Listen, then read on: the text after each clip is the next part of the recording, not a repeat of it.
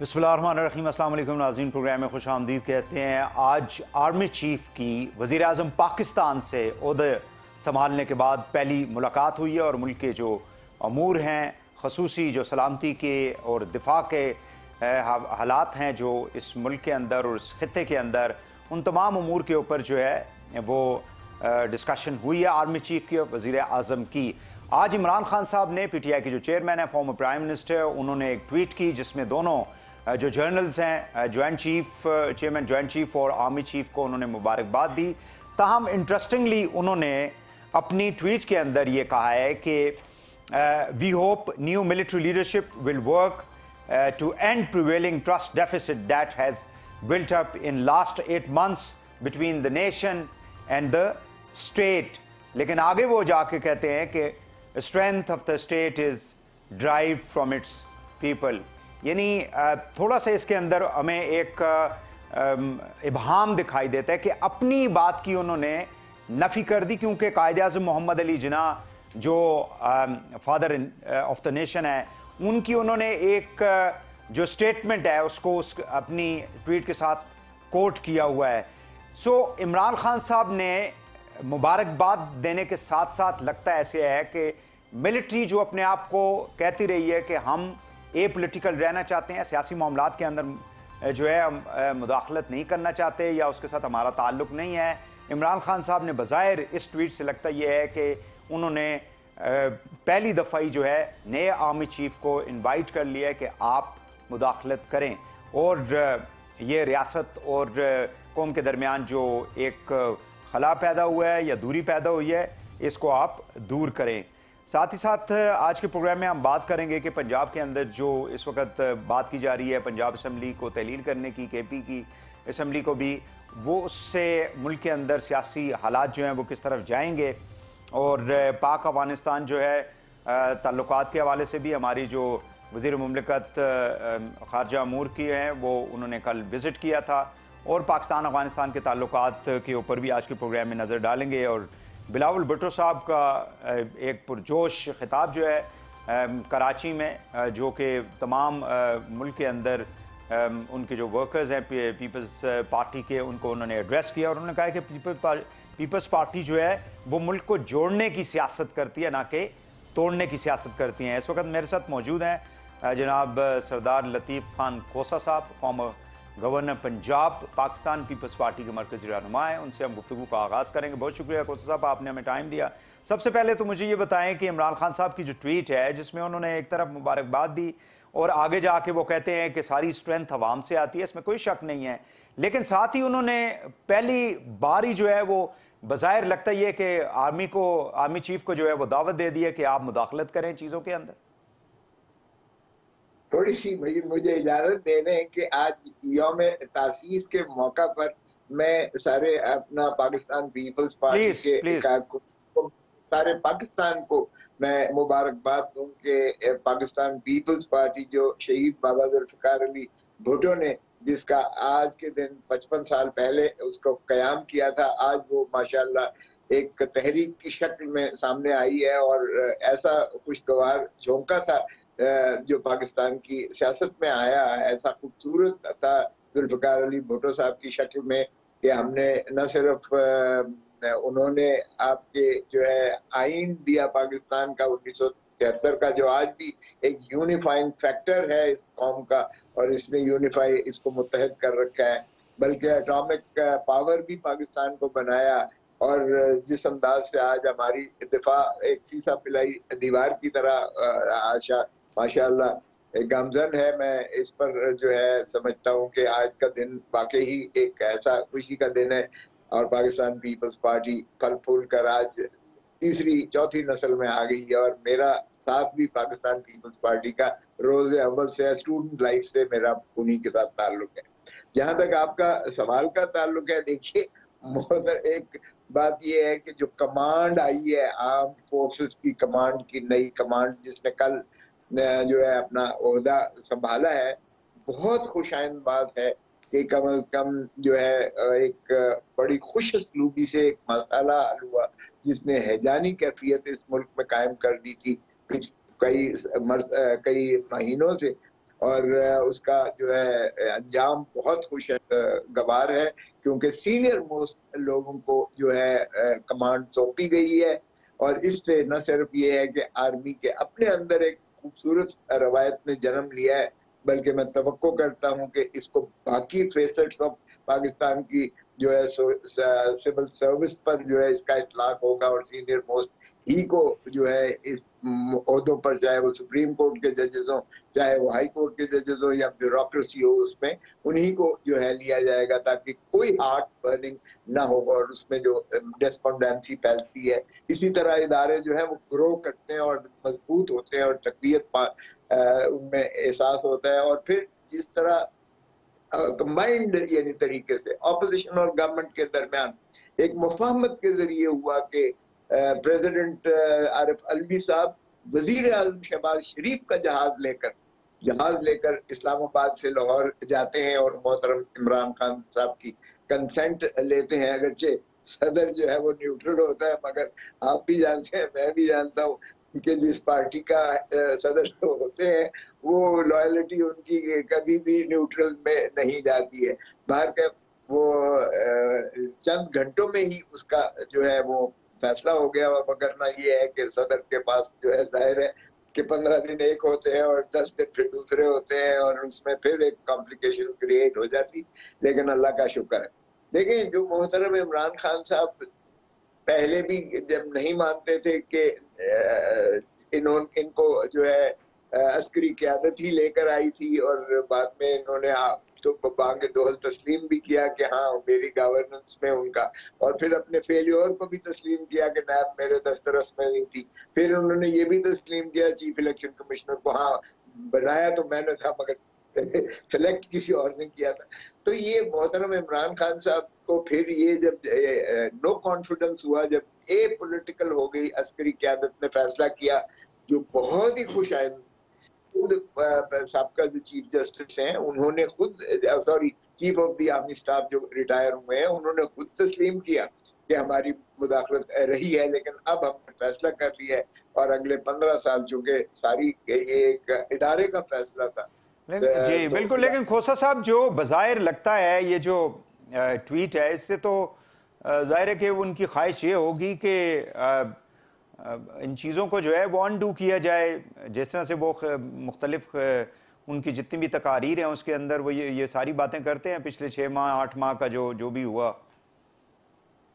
देखिए, उनका तो अनफॉर्चुनेटली जब पहले थे तब भी कहते थे, फिर कहते रहे हम सब एक पेज पर हैं, एक पेज की रट लगाई रखी, और फिर जब अदम एतमाद के जरिए, एक पॉलिटिकल मूव के जरिए, खालिसन एक सियासी जो है उस अमल के जरिए, लेकिन वो इस चीज को मानने के लिए तैयार नहीं है। मुझे ये बता दें कि पंजाब के अंदर डू यू सी कि ये जिस तरह से इनकी ख्वाहिश है पीटीआई की कि असम्बलियाँ जो है वो तहलील कर दी जाएं केपी में भी, और बज़ाहिर लगता ये है कि अगर बाकी जगहों पे फेडरल गवर्नमेंट या आप लोग जो हैं वो इलेक्शन, जनरल इलेक्शन में नहीं जाते हैं, तो उनकी सोच ये होगी कि 2 सूबों के अंदर हम लोग अपनी गवर्नमेंट बना लेंगे, और जब जनरल इलेक्शन आएंगे मतलब नेशनल असम्बली के, तो उस वक्त वहां पे दोनों जगहों के ऊपर उनकी हुकूमत होगी and they will be in a comfortable zone.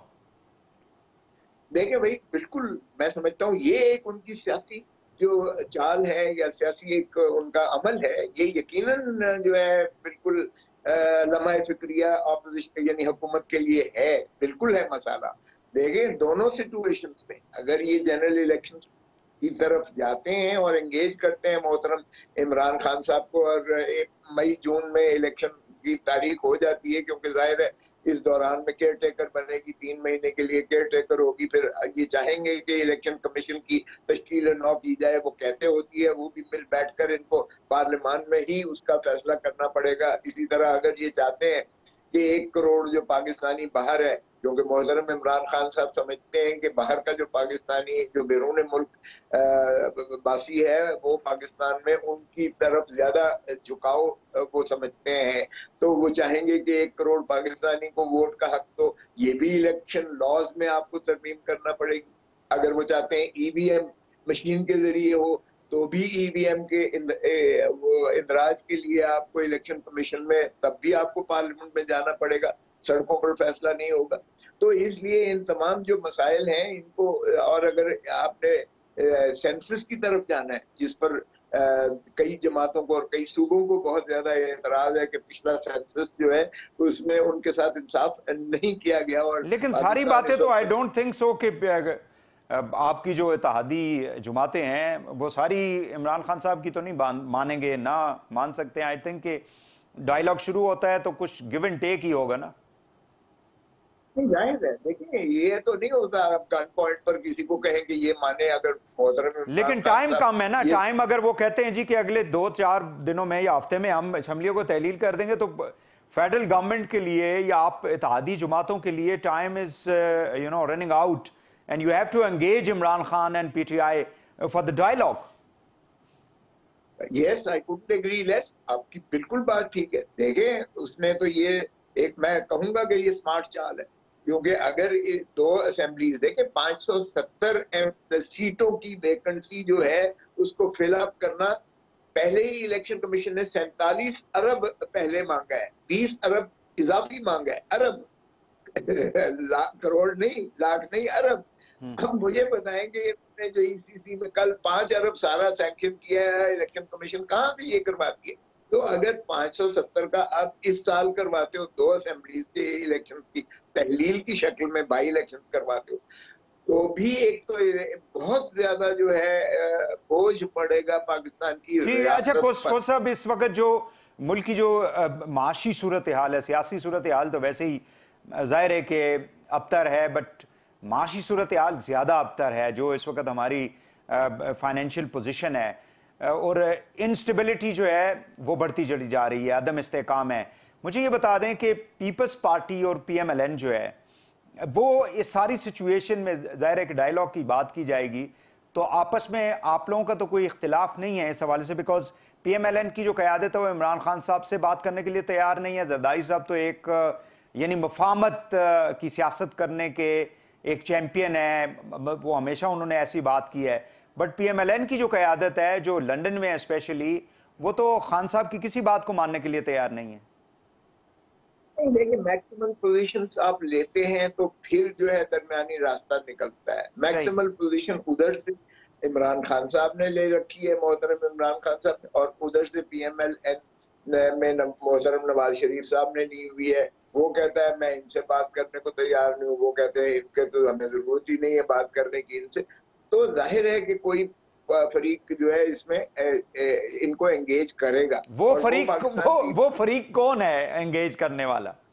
जाहिर है वो फिर आप लोग भी और वो भी फिर पिंडी की तरफ देखेंगे फैजाबाद के ऊपर खड़े होके।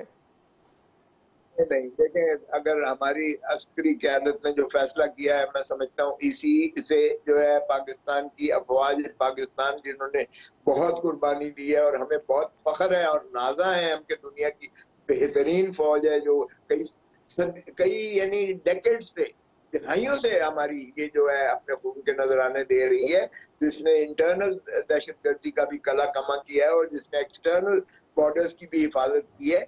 मैं नहीं समझता कि इससे अफवाज पाकिस्तान का डेफिनेटली इमेज बढ़ेगा अगर वो पॉलिटिकल होंगे। इससे अवाम की जो है उनके साथ मोहब्बत की नहीं, लेकिन दो फरीकों को लाएगा कौन करीब? That's a question.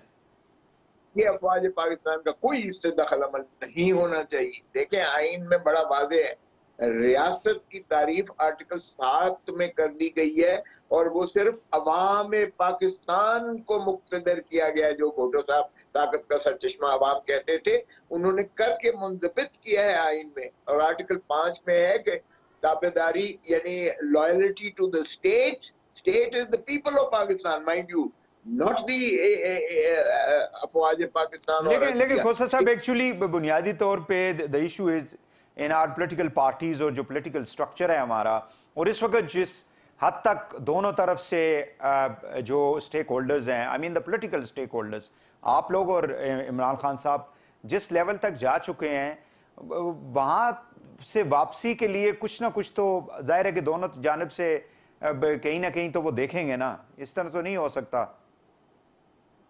देखिए भाई, हर पार्टी के अंदर हक है, जागरूकता है, लेकिन आप अगर मैक्सिमल पोजीशन लेते हैं तो फिर उसमें में जो डेफिनेटली गेनर एलिमेंट है, सोबर एलिमेंट है, जो समझता है कि पाकिस्तान की आगे तरक्की और तरवीज इसी में है कि मफाहमत की सियासत को मिल बैठ कर तय करने चाहिए मसाइल, बजाय इसके कि सियासतदान अपनी मामलात अदलिया में कभी लेकर जाएं और कभी न्यूट्रल्स की तरफ देखें।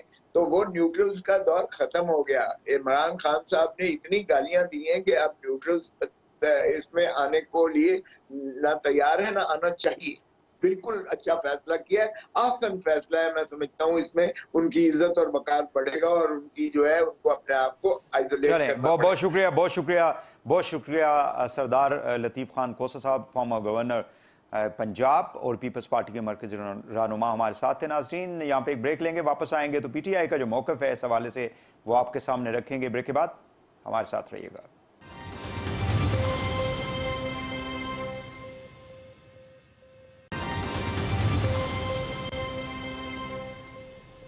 वेलकम बैक नाज़रीन, हमारे साथ मौजूद हैं हसन खाबर साहब, साबिक वज़ीर आला पंजाब के एडवाइज़र और मरकज़ी रहनुमा है तहरीक इंसाफ के। बहुत शुक्रिया हसन साहब, आपने हमें टाइम दिया। सबसे पहले तो ये बताएं कि इस वक्त जो PDM की जमातें हैं, ख़ुसूसन PMLN पंजाब में काफ़ी ज़्यादा सरगर्म है और बहुत ज़्यादा एक्टिव हैं। कुछ अदालती कार्रवाइयों की भी बात कर रहे हैं। कुछ स्पीकर की जानिब से वो कहते हैं जी कि हमारे 18 मेंबरान जो हैं उनको सस्पेंड किया गया है असम्बली से, और अदम एतमाद की तहरीक भी लाने की कोशिश कर रहे हैं। और दूसरी जानिब आप लोग जो हैं वो इस असम्बली को तहलील करने के लिए मुशावरत जो है तकरीबन हतमी उसको शक्ल दी जा रही है। तो इसको कैसे आप लोग मतलब रोकेंगे या रोक पाएंगे इस सारे प्रोसेस को जो PDM कर रही है? अच्छा देखिए, बात यह है कि इस वक्त जो है ना, जो बात PDM को तस्लीम करनी पड़ेगी वो ये है कि वो अवामी अदालत में ये मुकदमा हार चुके हैं। लोग इस वक्त उनके साथ नहीं हैं। देखें, बड़ी बुनियादी सी बात है, पंजाब के अंदर इस वक्त अक्सरियत किसकी है? पाकिस्तान तहरीक इंसाफ की और हमारे इत्तेहादियों की है, इसलिए वहाँ पे हमारी हुकूमत है। अब उनके लिए मसला ये है कि अगर हम पंजाब असम्बली और KP असम्बली तहलील करते हैं, जो हम करने जा रहे हैं, तो आइन के मुताबिक ये हमारा हक है और सूबों का हक है कि वहाँ पे 90 रोज़ के अंदर इलेक्शन हो। जब ये इलेक्शन होंगे तो उनको वहाँ पे अपनी शिकस्त वाज़े नज़र आ रही है। अच्छा, अब अगर वफाक का इलेक्शन वो नहीं कराते, जो कि उनको कराना चाहिए क्योंकि that is a better choice, तो उसके बावजूद जब तक वो मैदान में आएंगे 2023 के इलेक्शन, अगर ये असम्बलियाँ मुद्दत पूरी कर भी नेशनल असम्बली, तो वो ये मार्का हार चुके होंगे। पंजाब में हार चुके होंगे, खैबर पख्तूनख्वा में हार चुके होंगे, तो ये उनको काबिल कबूल नहीं है। दूसरी बात ये है कि ये इलेक्शंस को डिले भी किस लिए कर रहे हैं? ये इसलिए कर रहे हैं कि ऐसा नहीं है कि इस वक्त उनके लिए हुकूमत करना आसान है। जाहिर है कि शहबाज शरीफ साहब की ज़ाती ख्वाहिश है वज़ीर आज़म बनने की, और वो हैं, और उनको पता है कि शायद मुस्तकबिल में ये चांस नहीं मिलेगा। लेकिन उसके अलावा पार्टी जो उनकी PDM की सारी जमातें हैं, उनको बड़े मुश्किल फैसले करने पा रहे हैं। लेकिन उनको पता है कि इलेक्शन उनको सूट नहीं करते। जब वो इलेक्शन में उतरेंगे तो वो हार जाएंगे। तो उनके जहन में ये है कि इसको जितना खींच सकते हो खींच लो, शायद कोई रिकवरी हो जाए। और ये जो इलेक्शन की कॉल है उससे उनकी रिकवरी भी जाती है। और उनको अब ये समझना पड़ेगा कि पहली बात, इस जो उनकी सियासी शिकस्त हुई है, यहाँ से रिकवरी मुमकिन नहीं है, नंबर 1 बात।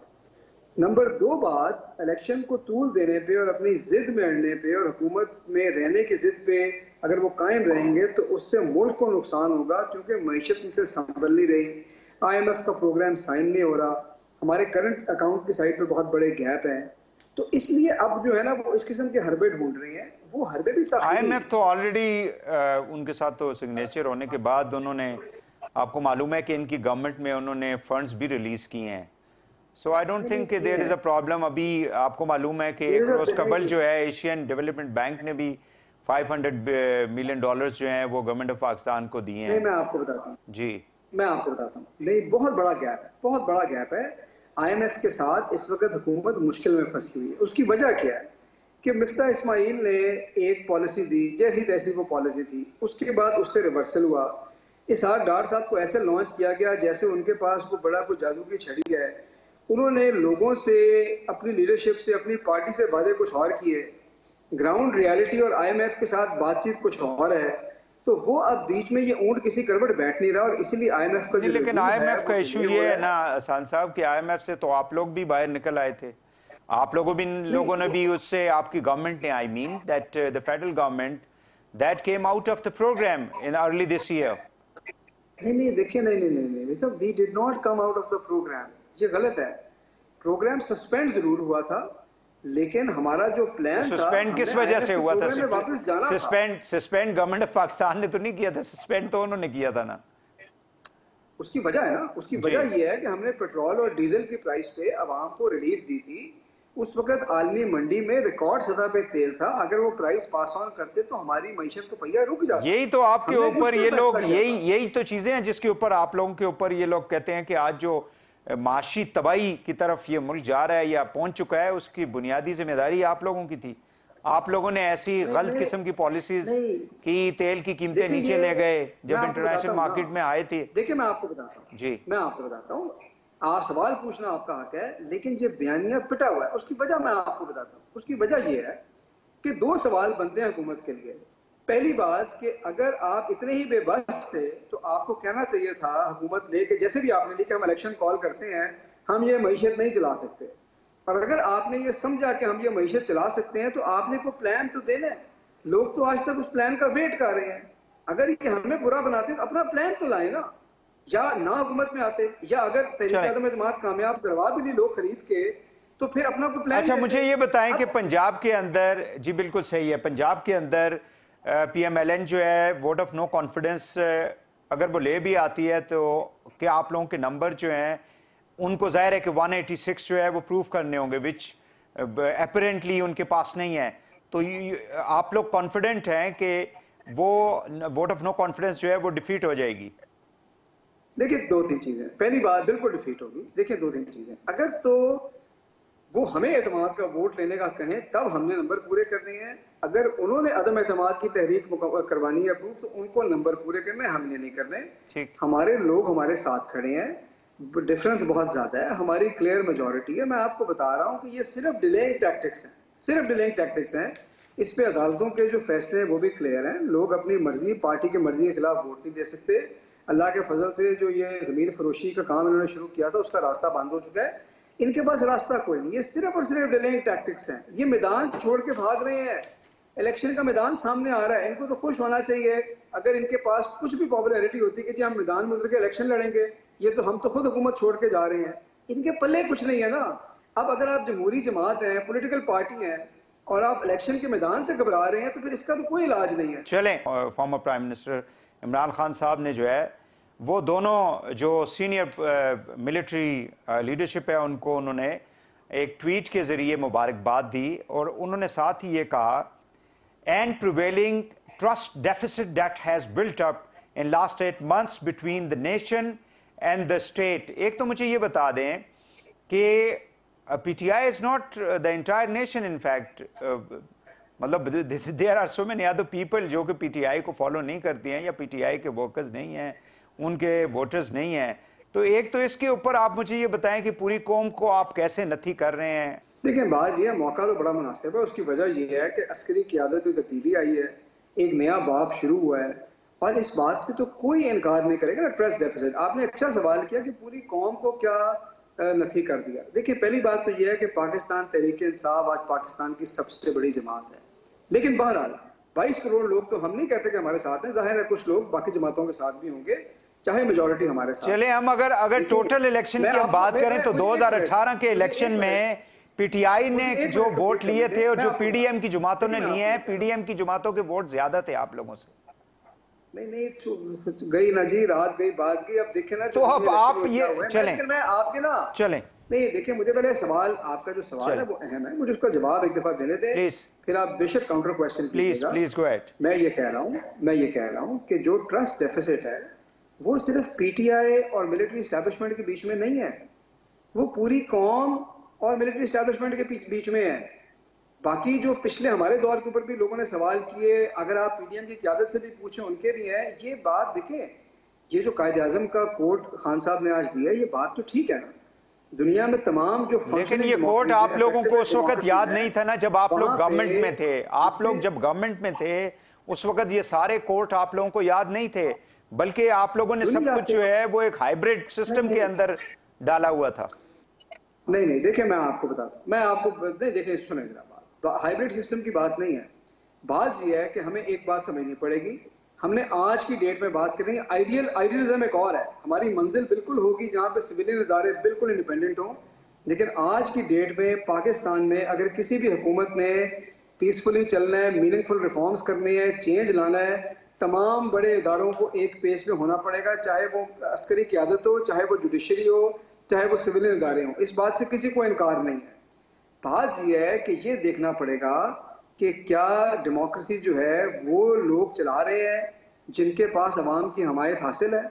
उसके बाद भी यही बात तो नवाज शरीफ को जब निकाला गया, नवाज शरीफ भी यही बात करते थे, आप लोग उससे डिसएग्री करते थे, बल्कि आप लोग उनके ऊपर अटैक करते थे कि ये तो इदारों को जो है वो पॉलिटिसाइज कर रहे हैं, इदारों को मिलाइन कर रहे हैं। और जब आप लोग गवर्नमेंट से बाहर निकले तो you people did the same thing.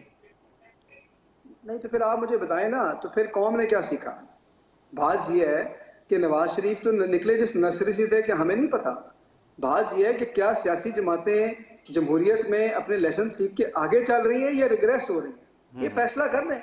अगर रिग्रेस करना है, अपॉर्चुनिस्टिक पॉलिटिक्स करनी है, तो पाकिस्तान का मुस्तकबिल क्लियर है।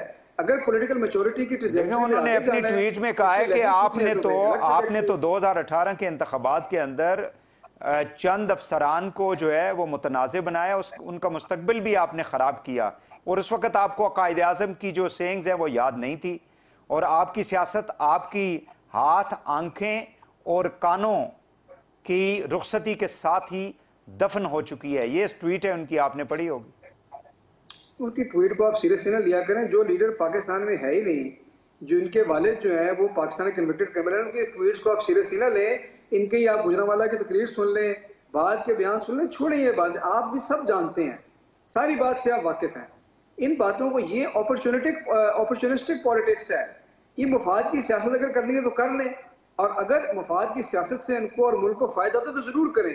देख लेना पिछले 8 महीने में क्या हाल किया है।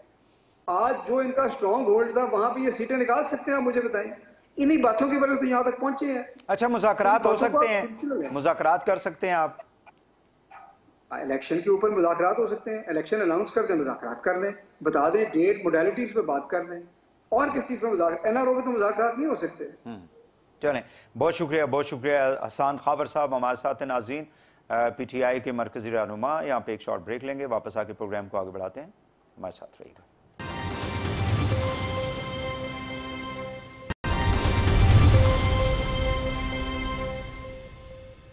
नाज़रीन, हमारे साथ मौजूद हैं साबिक वज़ीर ख़ारिजा और सीनियर सियासतदान जनाब खुर्शीद महमूद कसूरी साहब। पाकिस्तान की जो ख़ारिजा पॉलिसी है, स्पेशली हमारे जो नेबर्स के साथ ताल्लुकात हैं और इंटरनेशनली पाकिस्तान के जो ताल्लुकात है, उसके ऊपर हम इस गुफ्तगू के अंदर फोकस करेंगे। कल आपको मालूम है कि एक बड़ा इंपॉर्टेंट विजिट जो है हमारी वज़ीर मुमलिकत हिना रबानी खर साहिबा ने अफ़गानिस्तान का किया, और अफ़गानिस्तान के साथ इशू ये है कि पिछले साल जब अमेरिकन जो हैं वो अफ़गानिस्तान से गए, और उसके बाद से हमने देखा है कि काबुल की जो हुकूमत है, यानी इंटरिम गवर्नमेंट के साथ पाकिस्तानी गवर्नमेंट जो है वो इन राब्ते में तो रही है, लेकिन बॉर्डर के ऊपर जिस किस्म की सिचुएशन क्रिएट होती रही है, फेंसिंग को जो है मुख्तलिफ औकात के अंदर रोकने की कोशिश की गई, और जो लॉ एंड ऑर्डर की सिचुएशन का एक दोबारा से एक चैलेंज जो पाकिस्तान को है, ख़ासकर TTP के हवाले से, ये तमाम इम्पॉर्टेंट अमूर हैं होपफुली जिसके ऊपर हमारी जो वज़ीर ख़ारिजा गई हैं, वज़ीर मुमलिकत, उन्होंने उसके ऊपर बात की होगी। इन तमाम इश्यूज़ पे बात करेंगे। बहुत शुक्रिया खुर्शीद महमूद कसूरी साहब, आपने हमें टाइम दिया। सबसे पहले तो ये बताएं कि अफ़गानिस्तान के साथ जो इस वक्त हमारी जो सूरत हाल है, अगर हम पिछले चंद माह का जायज़ा लें तो बॉर्डर के ऊपर हमने देखा, इवन क्रॉसिंग पॉइंट के ऊपर भी फायरिंग वगैरह के वाक़यात जो है वो आते रहे हैं, और हमारे जो खैबर पख्तूनख्वा है, खासकर वहाँ पे दहशत गर्दी के काफ़ी वाक़यात जो हैं वो देखने में आए हैं। तो इस विज़िट को आप कैसे देखते हैं? नहीं, मैं तो समझता हूँ अच्छी ये विज़िट है और टाइमली विज़िट है। देखें, बात यह है कि पाकिस्तान की बड़ी तवक्कुआत थी कि जब कहा यह जा रहा था कि जी अमेरिका की को फ़ौजें हैं, निकलेंगी तो अमन हो जाएगा, तो अफ़गान तालिबान जो हैं वहाँ अमन का कायम कर देंगे। एक किस्म का अमन तो हो गया है, लेकिन जहाँ तक मुल्क हैं बाकी के और सिर्फ ये पाकिस्तान की बात नहीं है, उस ताजिकिस्तान, उज़्बेकिस्तान, उनका भी ये मामला है।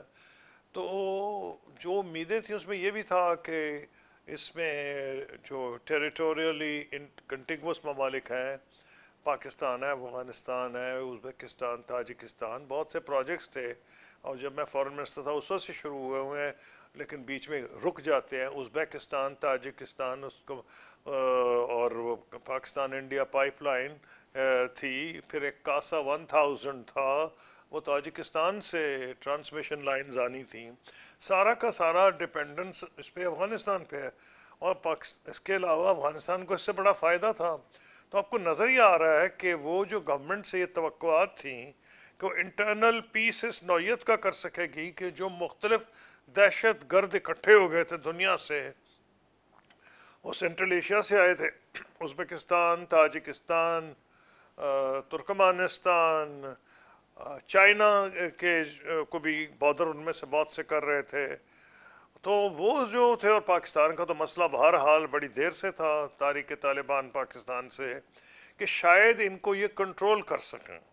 लग ये रहा है या उनमें विल नहीं या इंटेंशन नहीं, अभी मैं श्योर नहीं हूँ, या कुछ बीच वाली बात है। एक तो ये है कि ये जो ममालिक हैं इन्होंने, जैसे कि TTP है, इसी तरह दूसरे ममालिक जो हैं, उनकी जो वहाँ दहशत गर्द या बैठे हुए थे अफ़गानिस्तान में, उन्होंने अफ़गानिस्तान की स्ट्रगल में अमेरिका के ख़िलाफ़ अफ़गान गवर्नमेंट की बड़ी मदद की, जो मौजूदा गवर्नमेंट है, जो अफ़गान तालिबान की हुकूमत है।